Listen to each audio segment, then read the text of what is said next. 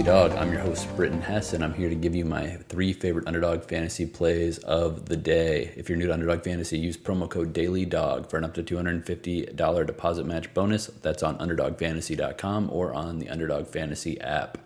This is episode number 14 of the show. Once again, thanks to everyone who has joined in on this early. I mean, I'm so floored by the fact we've got hundreds of downloads every day already. When I started this thing, I was worried that I would struggle to get a dozen. So I appreciate all the support. And if you're enjoying the show, if you find what I bring to this handicapping useful, if it's valuable to your day-to-day sports betting, sports watching, daily fantasy, whatever it is, I hope that you are liking, reviewing, subscribing, rating, all that good stuff. It's obviously very much appreciated when you're trying to grow a show as new as this one. And hey, I brought home a winner yesterday, so hopefully you guys were able to follow my plays and cash that. Let's take a quick look at what we did have yesterday, which was Wilmer Flores higher or lower than 1.5 total bases versus Kyle Hendricks and the Cubs. Apparently, the analytics team at the Giants was watching this podcast and realized that Wilmer was going to be in a lot of trouble in that matchup, so they did not start him. So that leg got avoided. I guess a void is better than a loss, right? Because the slip stays alive. The next one we had was Tyler Anderson, lower than 5.5 hits allowed against the Brewers. Brewers are not good versus lefties, as I pointed out yesterday. And again, Tyler Anderson put together a gem of a day. You know, obviously not huge strikeout numbers because that's just not who he is. But 99 pitches, 7 innings, 4 hits, 1 earned run, and he still gets credited with the loss. Thanks for the run support, offense of the Angels. But we didn't need him to win. We just needed him to not allow a lot of base runners, which he succeeded at. The last one was Bobby Witt Jr. of the Royals to have higher than 1.5 total bases against the Athletics after going 0 for 5 on Tuesday in their game that they lost as well. Bobby Witt Jr. has now had 17 games on this season where he's gone hitless. In the following game, he's gone higher than 1.5 total bases 13 times. So 13 out of 17 games following a hitless game, he's had higher than 1.5 total bases. I don't know if that's really actionable for you, but I think it's worth filing away and just knowing that Bobby Witt does not stay cold for long. He's got hits in 15 of the games following a hitless game. So 15 out of 17 he's got at least 1 hit in the following game.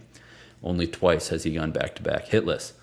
But that's enough about last week or yesterday, and that was a 2.7x multiplier with the Wilmer Flores leg taken down, so plus 170 in sports betting terms. But yeah, nice to get a winner back on the board. We've been really close on a couple of slips in the last few shows, so it's nice to get something positive going. And let's ride that wave to this show, and let's get another winner. Let's get another, last week, we had back-to-back 3-in-a-row winners. Let's do that again this week, starting right now.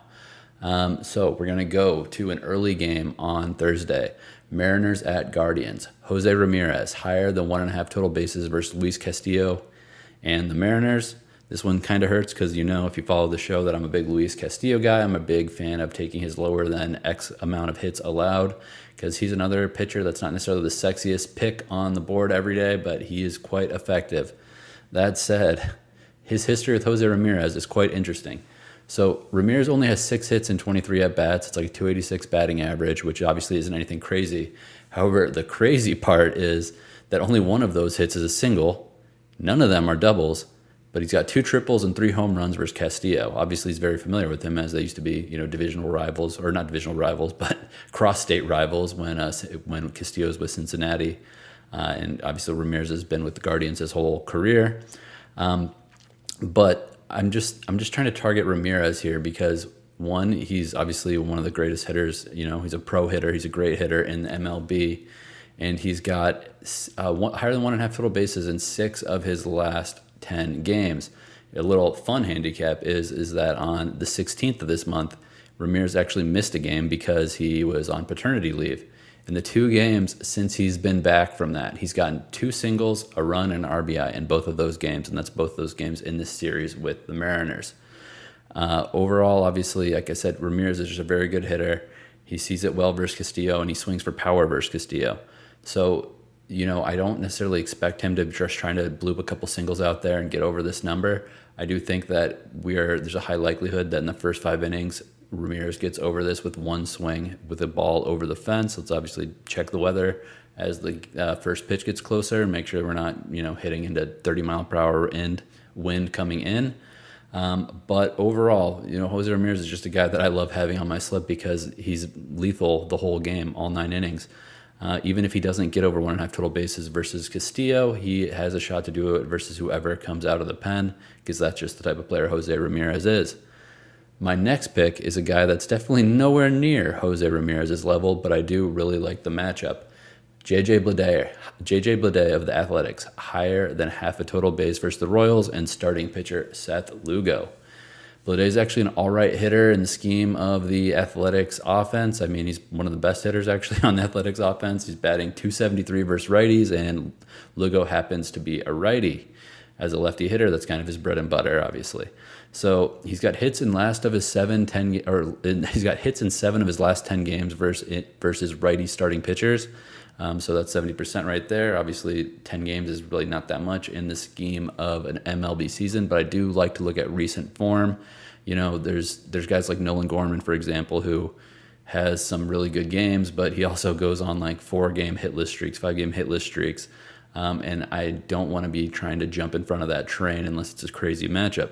Bleday, on the other hand, like I said, he's been doing well in matchups versus righties. 7 out of his last 10, he's gotten at least 1 hit.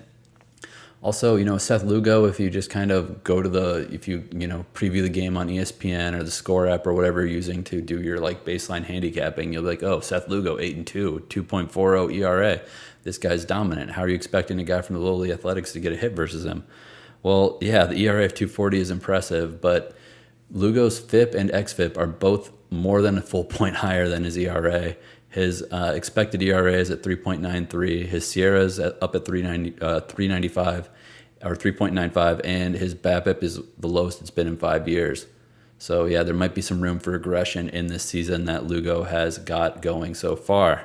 And let's look at his last several starts. So his last start, 6 innings pitched, 6 hits allowed. 7 innings pitched, 8 hits allowed. Before that, 6 innings pitched, 6 hits allowed. Before that, 7 innings pitched, 4 hits allowed. Before that, 5.2 innings pitched, 6 hits allowed. So he's been actually letting guys get a lot of contact in the scheme of things. Generally the guys like Luis Gil, for example, who's a guy who's got like a similarly, Gil's better obviously, but a really gaudy record and a really gaudy ERA. Luis Gil is not allowing 6+ hits per start. Lugo is definitely kind of, I guess, a little bit out ahead of his skis so far regarding, the way he's pitching versus the ERA and the wins he's racked up.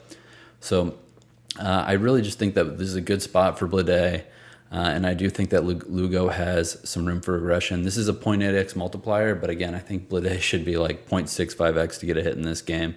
And obviously, even if he doesn't get his knock against Seth Lugo, there's a great chance he could do it versus whoever comes out in the bullpen for the Royals. So yeah, those are our first 2 plays. We're looking at guys to get hits, and we're going to stick on that theme and go to a third guy to get higher than half of a total base. And that guy is 38-year-old Matt Carpenter of the St. Louis Cardinals. Carpenter is obviously expected to DH versus the right-handed pitcher Keaton Winn. Carpenter has one job on this Cardinals team. He's basically exclusively a DH at this point in his career. His job is to get hits. He's not supposed to go out there and hit dingers. He's not supposed to, steal bases. Literally, just get out there, make contact with the ball, and get to first base. If you get anything else, that's bonus. But his job is to get hits. He's got a hit in 5 of his last 6 starts. So again, I talked about it a little earlier that, obviously 6-game sample size isn't much in the scheme of the season, but I do like the fact that he is trending the right way as far as getting hits go. And that, by the way, getting a hit in 5 of his 6 last starts doesn't mean that he has a great average or anything. It just means that he's able to find a way to get on base through a hit at least once per game. He's a crafty veteran. That's what we would like to see. Also, let's talk a little bit about Keaton Winn, the starting pitcher for the Giants. In Winn's last 5 starts, he's given up 5 hits, 6 hits, 5 hits, 8 hits, and 4 hits. And he's also not gone very long, which, would be a bad thing because you're like, oh, well, then if they put in a lefty pitcher, Carpenter could get pulled, and, what would we do then? We only get 1 or 2 at-bats versus Keaton Winn. The problem is that the Giants have used their bullpen a ton in the last few days. They've got 4 pitchers who've thrown over 40 pitches in the last 3 days, and they had a full bullpen day on Wednesday versus the Cubs. So it's not like they have a lot of arms that are ready to roll. They're going to try to make Winn pitch as long as possible. the more cracks that Matt Carpenter gets versus Winn, the better. Let's just hope in the second inning when he gets up at bat, he gets that knock and we can, put this slip to rest. But yeah, so generally, like I said, generally a guy like Matt Carpenter who might be a little bit more matchup based isn't going to be on my slip because I'm like, I don't want him to get two at bats and then pulled from the game.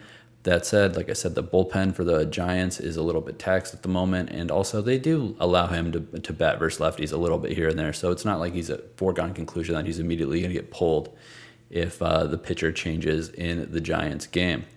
So my 3 plays are Jose Ramirez, higher than 1.5 total bases, which is a scorcher, by the way, 1.05x multiplier. So it's Jose Ramirez, higher than 1.5 total bases, JJ Bleday, higher than half a total base, and Matt Carpenter, higher than half a total base. These 3 plays together is a 5.04x multiplier. Let's get this one home and let's get this show back in the black. Thanks again for tuning in. And as I said, like, rate, review, subscribe, do whatever it is that you feel like is worthy of this show. And, just download. You don't even have to listen every day. Just download every day because that helps me a lot. Thanks a lot. That's it. Let's make some money.